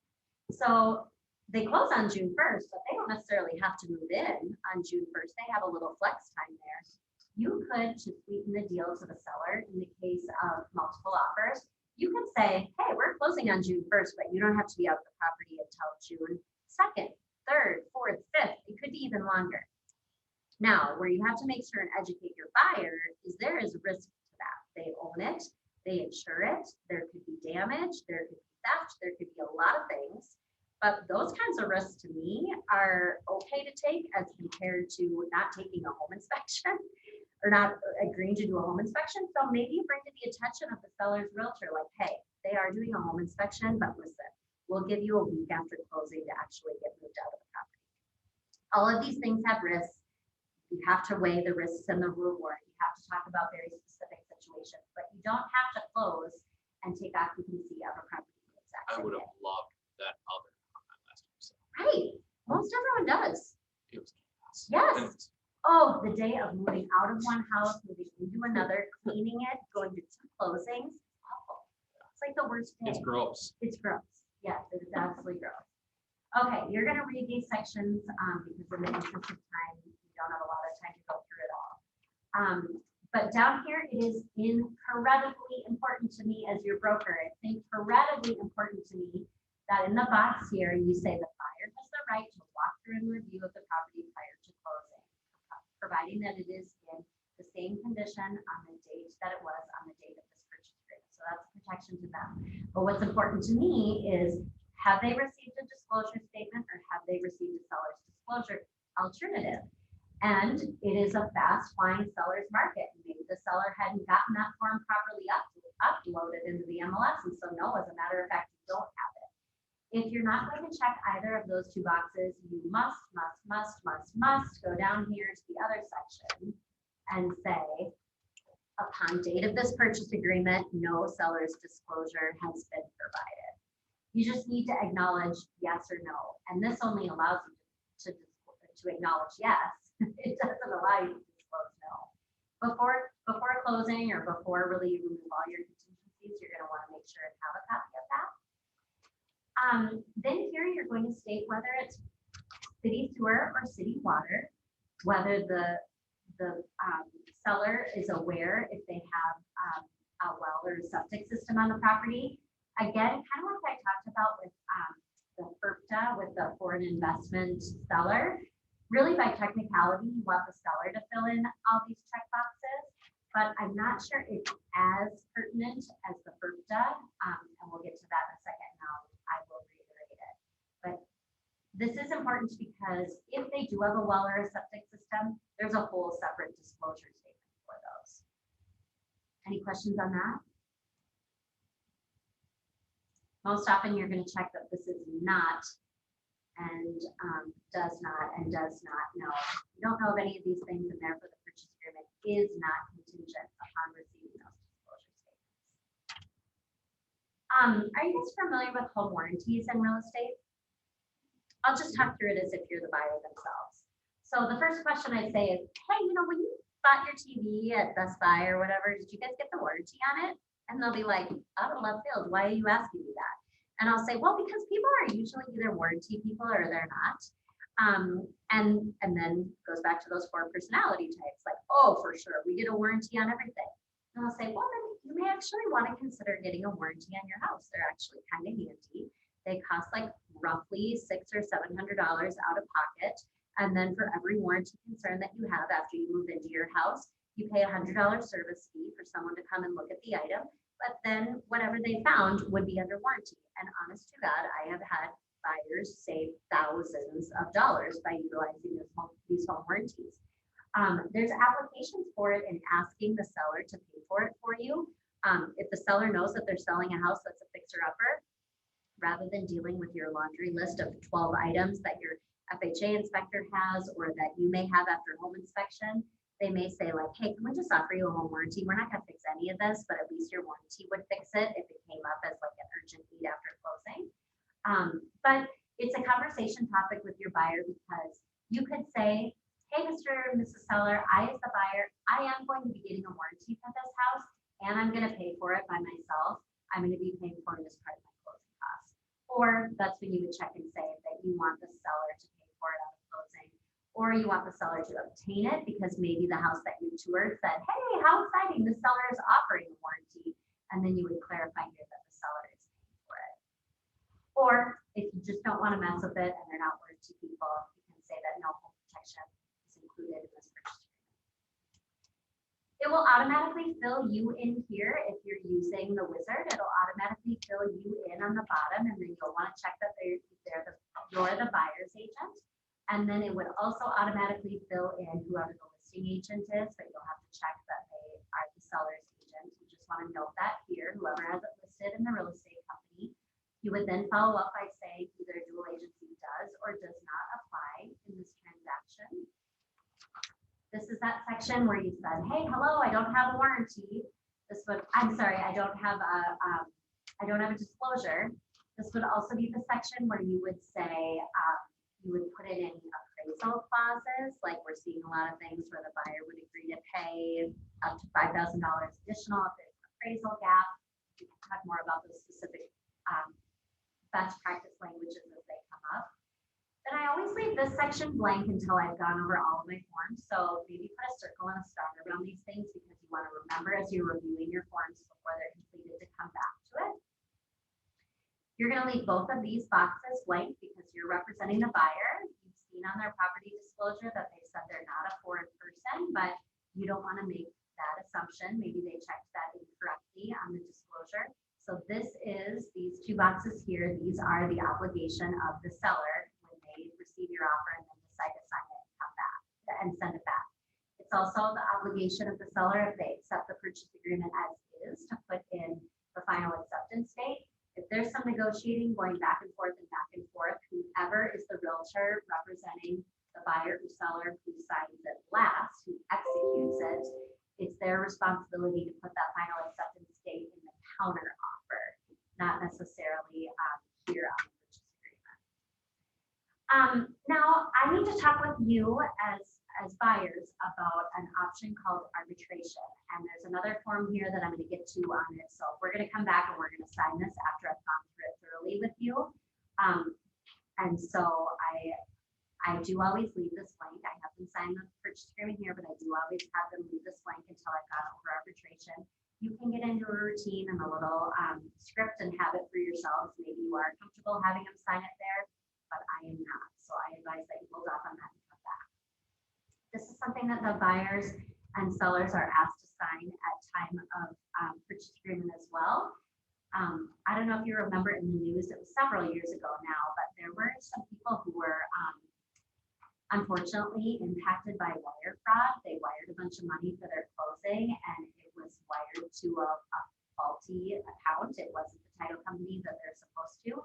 So this big new wire fraud alert has been put into play where we as the realtors, the professionals in the transaction, just need to make sure that they understand they are only to wire to the title companies and the banking institutions that they're working with.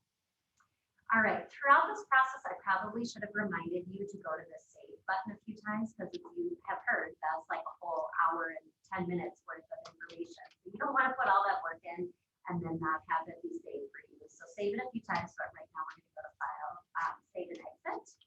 I'm going to go down to, I'm going to skip forward a couple pages because, and then I'm going to change this in my process, but I'm going to skip forward a couple pages in your packet. Let's go to arbitration. Are you guys familiar with that? Do you feel like they covered it well enough in your classes? So it's going to be valuable for you guys to read through this a couple times so that you're really comfortable with the language. There's some things in here that are in all caps and bold, which are going to be a good little reminder for you of how to describe this. But what I say is, the state of Minnesota has put together a system in place for buyers and sellers to deal with conflicts that might come up after closing should a problem arise. And fortunately or unfortunately, you as the buyer do need to agree right now at the time of your offer. Would you agree to arbitrate or would you decline arbitration? I'm not a lawyer, so I can't give you legal advice, so don't take my advice on this. You're going to want to read through this form. You're going to want to educate yourself on it, and then you're going to either agree or disagree to arbitrate on this property that we're making the offer on. Here's the date of our offer. I need to sign it, and then the sellers will sign it too. So just because you agree to arbitration doesn't mean that the sellers are also going to agree to arbitration. But I can tell you this: my brokerage does encourage me as a realtor to agree to arbitration. Well, what's that right there? That's a clue to the buyers that, oh, well, if your whole real estate company thinks you should arbitrate, I might as well as also. And then I usually go on to say, hey, this system was put into place to truly help buyers and sellers. This doesn't work against you, it works in your favor. And what would happen is after closing, if you found that there was some sort of major flaw in your house, you would be able to file a claim for arbitration. You do have to pay money out of pocket to do that. But then once your arbitration date has been set, you're at the house already. I'm going to be required to be at the property. The sellers are required to come back. The seller's realtor is required to come back. And then any expert that the arbitration system feels is applicable to this situation is going to come there along with an arbitrator, non-biased arbitrator from the state of Minnesota. The problem's going to get resolved right then, right there. Now, I've not had to go through this before, knock on wood, but I only presume the alternative to this is you find a problem in your house. You have to research a real estate attorney. You then have to pay a huge retainer fee with a real estate company. That attorney then files to do a lawsuit at the county, and who knows when that will be set for. You'll be set in front of a judge who maybe knows a little something about housing, maybe doesn't, and then that judge gets to decide how this problem is going to be resolved. So that's the alternative to arbitration if you decline it.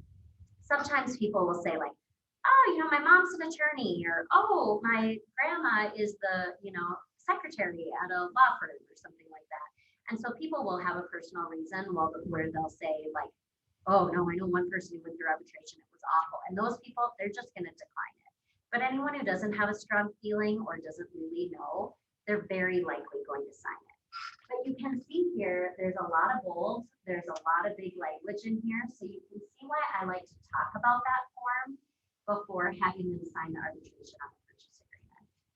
Because that last line on the purchase agreement, even after they've signed it, it just, even after, they've signed the main part, it just says, you have been educated on the arbitration process. It says, I acknowledge that I have received and have had the opportunity to review the disclosure statement, arbitration disclosure, and residential real estate property agreement, which is optional, voluntary, and separate from this purchase agreement. So rather than having them sign it right then, I just give them the more thorough explanation with the arbitration form. I have them sign the arbitration form, and then I go back to the PA and have them sign that too. And then lucky for you, then the PA is basically done, except for a couple of those things that you circled that you do really need to go back to. So if you're buying a house that has an association, so of course a townhome, a condo are the first things that come to mind that do have an association. But surprisingly, there's a lot of single family homes that have associations now too. I mean, there's these single family homes that have like one fancy monument with lights as you drive into the neighborhood. And they have a whole association to like insure that, care for that, plant flowers and do the weeding. And then perhaps as a part of that association, they also have a handful of rules in that fancy neighborhood, fancy monument that says, you can't park a travel trailer, you can't park your snowmobiles, you can't park your boats.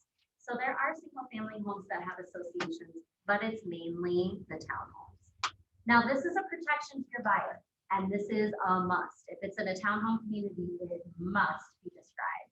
But it is really simple. You just write the date of the purchase agreement, you just write the address of the property, and then you just go on to educate your buyer and say, hey, you need to be informed that you are buying as a part of an association. You're going to have to comply with their rules. You're going to have to pay their fees. But fortunately for you, there's a 10-day contingency period. Everyone who's making competing offers on this townhome has the exact same 10-day where you have the right, this is state statute, you have the right to receive copies of the bylaws and the rules and regulations of the association. You also will be given the budget of the association so you can see, is this an association that's financially struggling that's going to increase my dues by whatever the maximum is next year? Or is this an association that has good money saved so they're going to be able to pay to replace these roads that look like they need to be redone, or they're going to pay to redo these driveways that have now started to crumble? This is a very good and very strong protection for your buyer. But there's really nothing that you have to fill in. You just have to do a good job of explaining it to them, and then you'll have them sign it as the buyer. Does that make sense? Jumping ahead, because this isn't a part of the purchase agreement, this is something that once they get the house, you'll be doing later.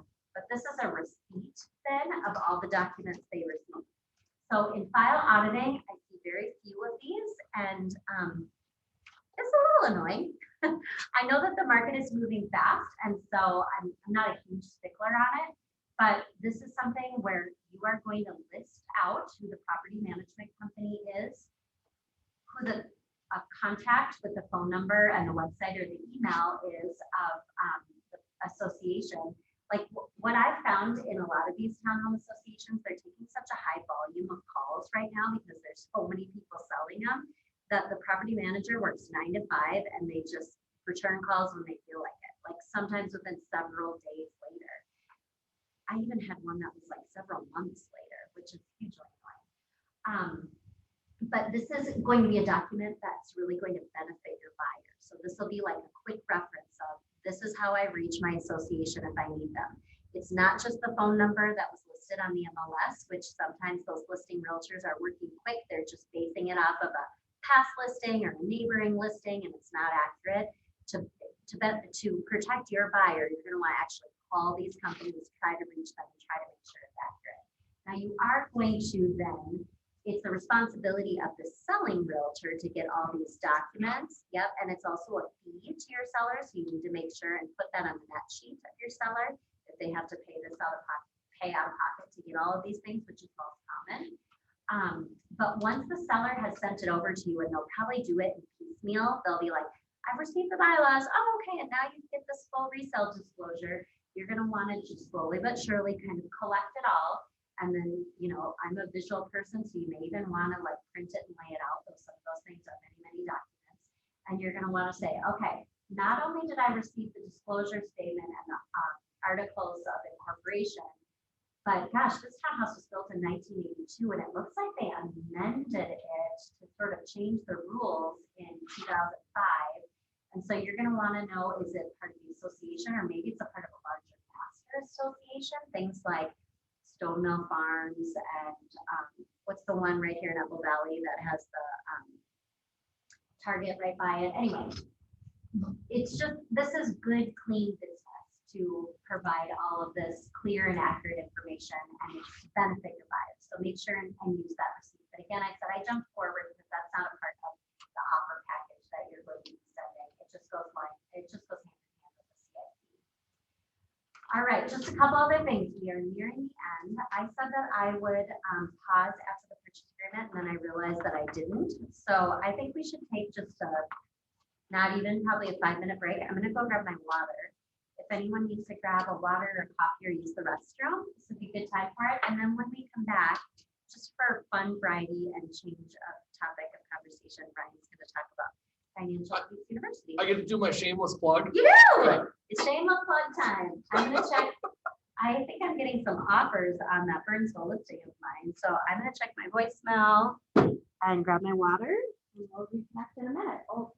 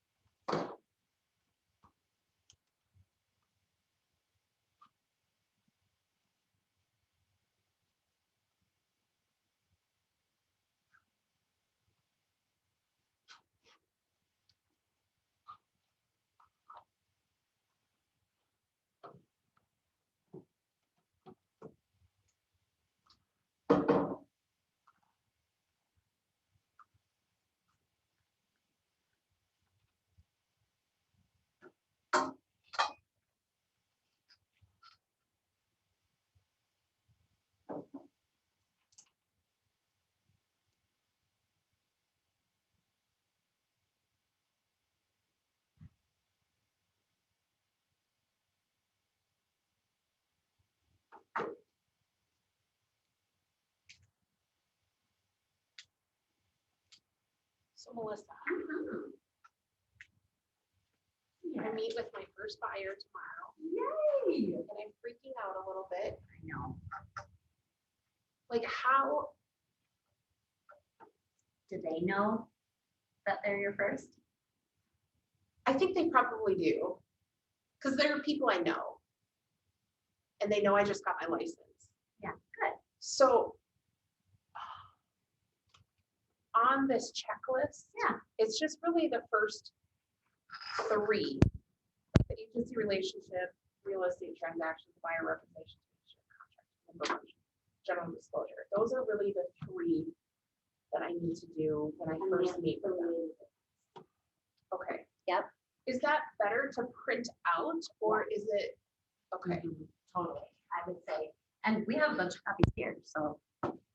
Well, no fudge. Say, just bring these with you. Fill it out, just handwritten, and just bring Yeah. these. They I'm don't just mind trying to the figure out like what is the best. approach. Oh, I think you're gonna wanna get them to sign the buyer rep if you can. yeah, they will. Okay, otherwise they. They're already like pre-approved and Good. Yeah. I Just sent them to a mortgage guy that had helped me like a year ago, Good, and he got them pre-approved like this week. very cool. Awesome. Well, we're close, you guys, we are really, really close. Where are you meeting? What's the situation? Applebee's and Shakopee. Okay, They want to stay in like Eagan area. Yeah. I am from New Prague, Mhm. so I'm not super familiar with Eagan, mm-hmm. but I don't know that I necessarily have to be super familiar with the area. You don't.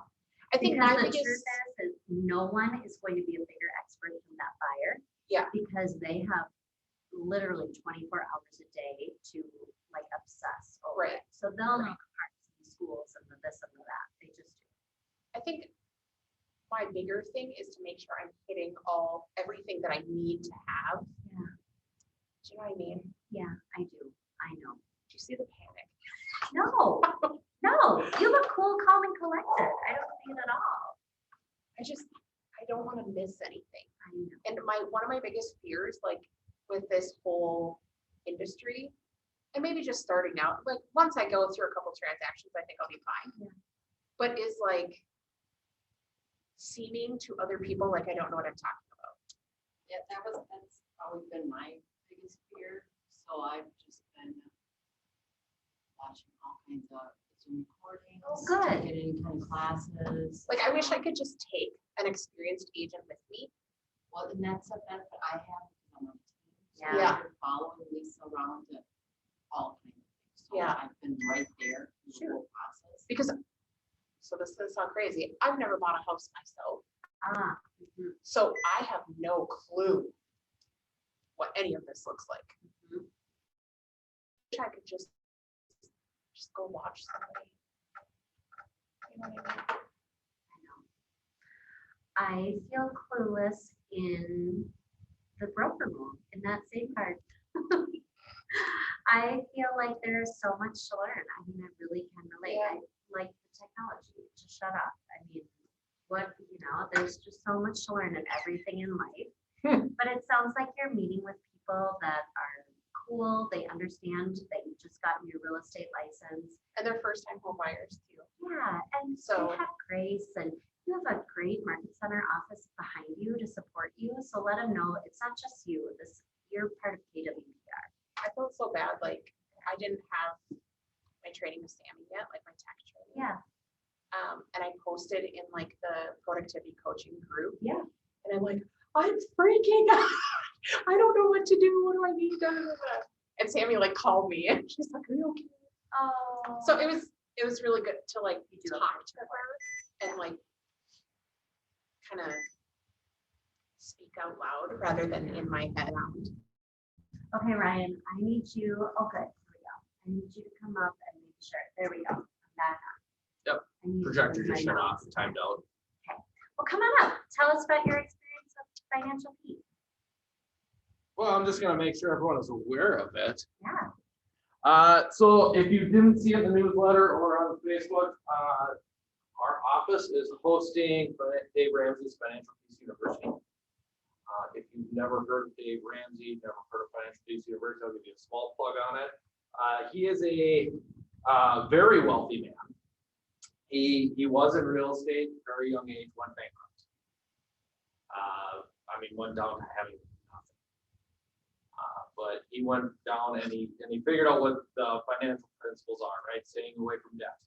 He only pays cash. So staying away from debt, making sure you build up an emergency fund, because let's just face it, when people always happens, there's always going to be emergencies. So he created, and he wrote a book called The Total Money Makeover. It's a great read. So over the course of the last 30 years, he has honed this into what's called the baby steps. And in Financial Peace University, we talk about the baby steps, it's a series of videos. We talk about them as a group. And it's a wonderful thing. And actually, it's changed my life. I went through it 2 years ago with my wife. We were going through a very tough time financially. We went through it together. It strengthened our marriage. It's made our lives better. We're actually debt free as of last September. Part of me being able to become a realtor is because we went through that. Because now I'm able to do this venture and not have to worry about how it's going to financially affect my family. So if you're someone who struggled with money, I did. Oh man, I just love it.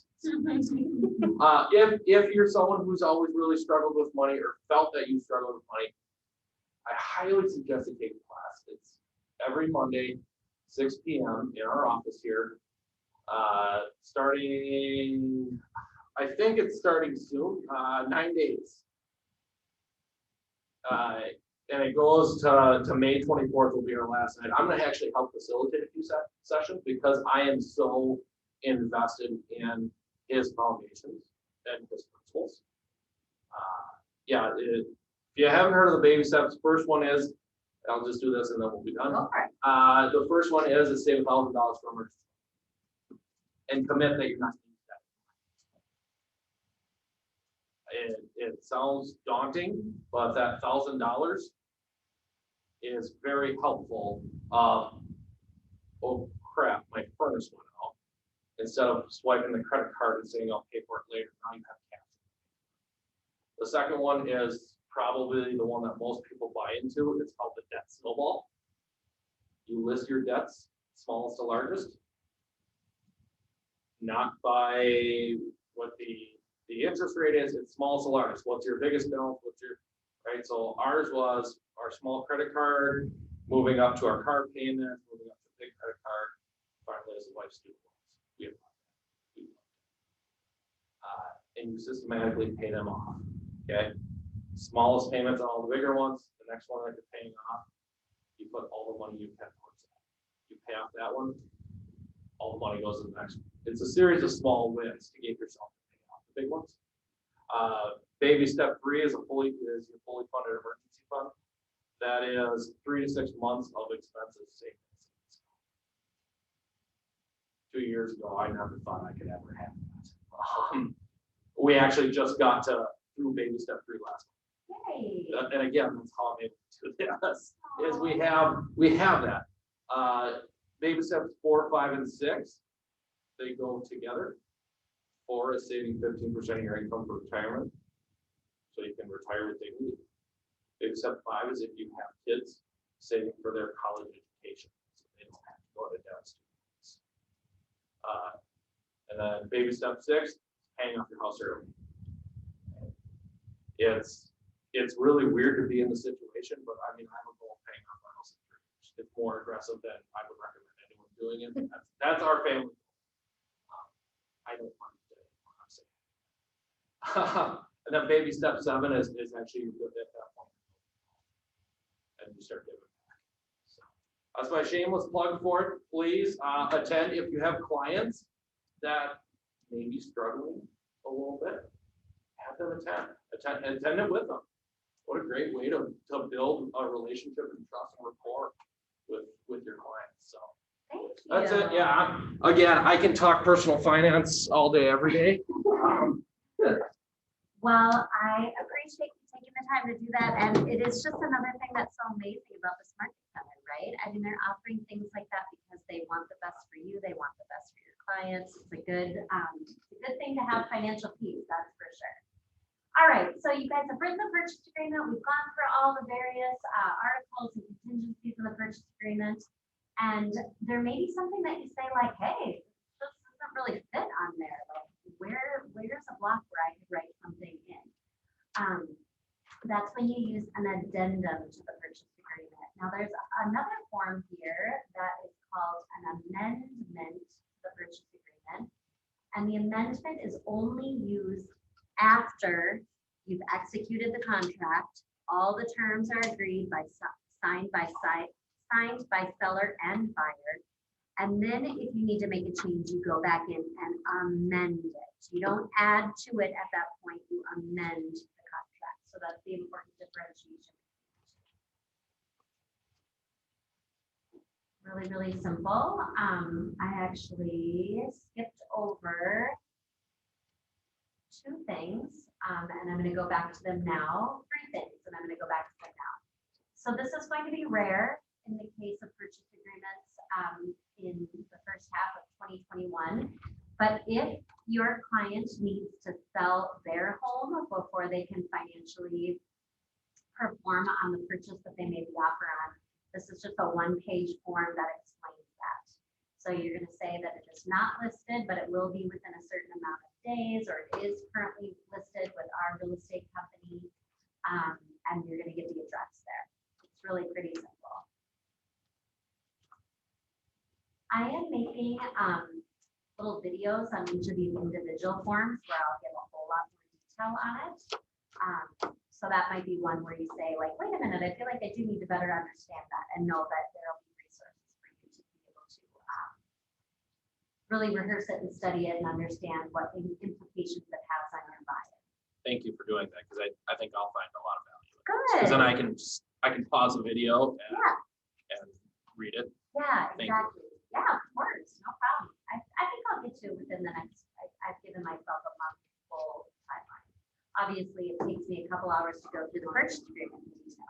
And it just so you're not freaking out, does not usually take me that long to talk through a purchase agreement with a buyer. I added in a lot of language to help you better understand the theory of it. But if I'm working with a tiger buyer, I can go through this at 15 minutes. But budget 15 minutes to an hour, because it is a big document. It is important that they fully understand it. There are two things. One would be the counteroffer addendum. So you put your best foot forward, you make an offer to the seller.